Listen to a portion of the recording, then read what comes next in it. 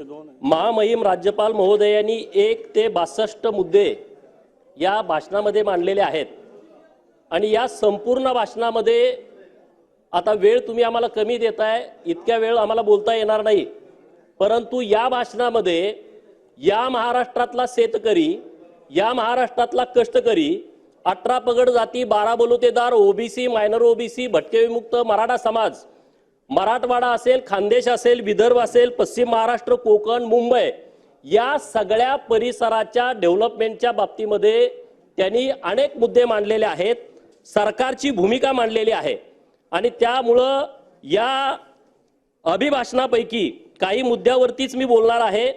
मी 288 जत विधानसभा मतदारसंघाचा प्रतिनिधी म्हणून आपल्या माध्यमातून राज्याचे मुख्यमंत्री महोदय यांचं आभार मानतो।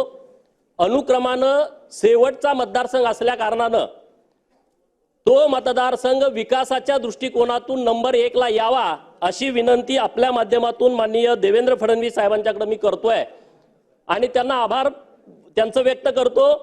माझा मतदारसंघ नसताना मी खानापूर मतदारसंघामधला रहिवासी आहे। जत विधानसभा मतदारसंघामध्ये माझं मतदान यादीमध्ये नाव नाही, माझं घर नाही, माझे पाहुणे नाहीत, तिथं मला उमेदवारी दिली आणि भारतीय जनता पार्टी सारखा या देशातला सगळ्यात मोठा पक्ष या पक्षाच्या प्रचाराचा शुभारंभ जत विधानसभा मतदारसंघातून केला, त्याबद्दल मी पार्टीचं माननीय देवाभाऊंचं मनापासून आभार व्यक्त करतो आणि त्यांनी शब्द दिला की हा 288 विधानसभा क्रमांक हा इतर लोकांच्यासाठी असेल, पण माझ्यासाठी हा नंबर 1 चा मतदारसंघ आहे आणि या वाक्यावरती मी किमान 40,000 मताच्या फरकानं विधानसभेमध्ये आलेलो आहे। आता बोलण्यासारख्या बऱ्याच गोष्टी आहेत।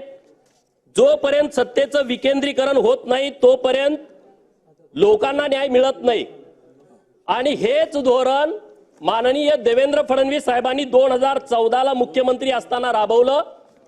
सत्तेचं विकेंद्रीकरण करणं, संस्थांचं विकेंद्रीकरण करणं या गोष्टीकडे त्यांनी खूप मोठ्या प्रमाणात लक्ष दिलं आणि त्यांनी पहिल्यांदा ओबीसीचं मंत्रालय स्थापन केलं। अनेक गोष्टी आहेत बोलण्यासारख्या, परंतु त्यातल्या ज्या महत्त्वाच्या गोष्टी आहेत की ती माझ्यासारख्या कार्यकर्त्याला अत्यंत महत्त्वाच्या वाटतात आणि ज्यामुळे सामाजिक परिवर्तन झालंय, गावगाड्याच्या सामान्य मुलांच्या जीवनामध्ये मोठा बदल झालाय, त्या गोष्टी आपल्या माध्यमातून मी मांडतोय। राज्यपाल महोदयांनी त्यांच्या भाषणामध्ये त्याचा उल्लेख केलाय। पहिल्यांदा त्यांनी या महाराष्ट्रातल्या गरीब मराठा समाजाच्या मुलांच्यासाठी सारथी नावाची संस्था स्थापन केली। तेव्हा काही लोकांनी टीका पण केली होती।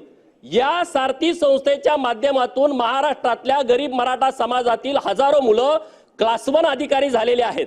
त्याच्यानंतर महाज्योती संस्था स्थापन केली। या महाराष्ट्रातल्या 346 जातींचा समावेश असणाऱ्या ओबीसी समाजासाठी महात्मा ज्योतिबा फुले संशोधन आणि प्रशिक्षण संस्था सरकारनं स्थापन केल्यामुळं आज गावगाड्यातल्या हजारो पोरांना, कोण तहसीलदार झालं, कोण प्रांत झालं, कोण कलेक्टर झालं, कोण पीएसआय झालं, कोण डीवायएसपी झालं, कोण एसपी झालं किंवा अन्य वेगवेगळ्या फॅकल्टीमध्ये ती मुलं गेली आणि त्याबद्दल महाराष्ट्रातली अनेक मुलं सरकारचा आभार व्यक्त करतायत। ही भावना कधी कुठल्या मुख्यमंत्र्यांची झाली नाही नितेश भाऊ, असं कधी कुणाला वाटलं नाही। मी, माझा मुलगा, माझा पुतण्या याच्या पलीकडे गाडी गेली नाही, परंतु देवेंद्र फडणवीसांना वाटलं की या महाराष्ट्रामध्ये जर परिवर्तन करायचं असेल तर संस्थांचं सुद्धा विकेंद्रीकरण करावं लागेल आणि म्हणून त्यांनी या संस्था स्थापन केल्या। आज त्याच्या पुढे जाऊन मागच्या 2-3 महिन्यापूर्वी या महाराष्ट्रातला मातंग समाज सातत्यानं म्हणत होता की आरटी नावाच्या संस्थेची स्थापना करा। अण्णाभाऊ साठे संशोधन आणि प्रशिक्षण संस्था, मी सरकारचं अभिनंदन करेन की मातंग समाजासाठी आरटी नावाची संस्था स्थापन केली। या महाराष्ट्रातल्या बंजारा समाजासाठी वनआरटी नावाची संस्था स्थापन केलेली आहे।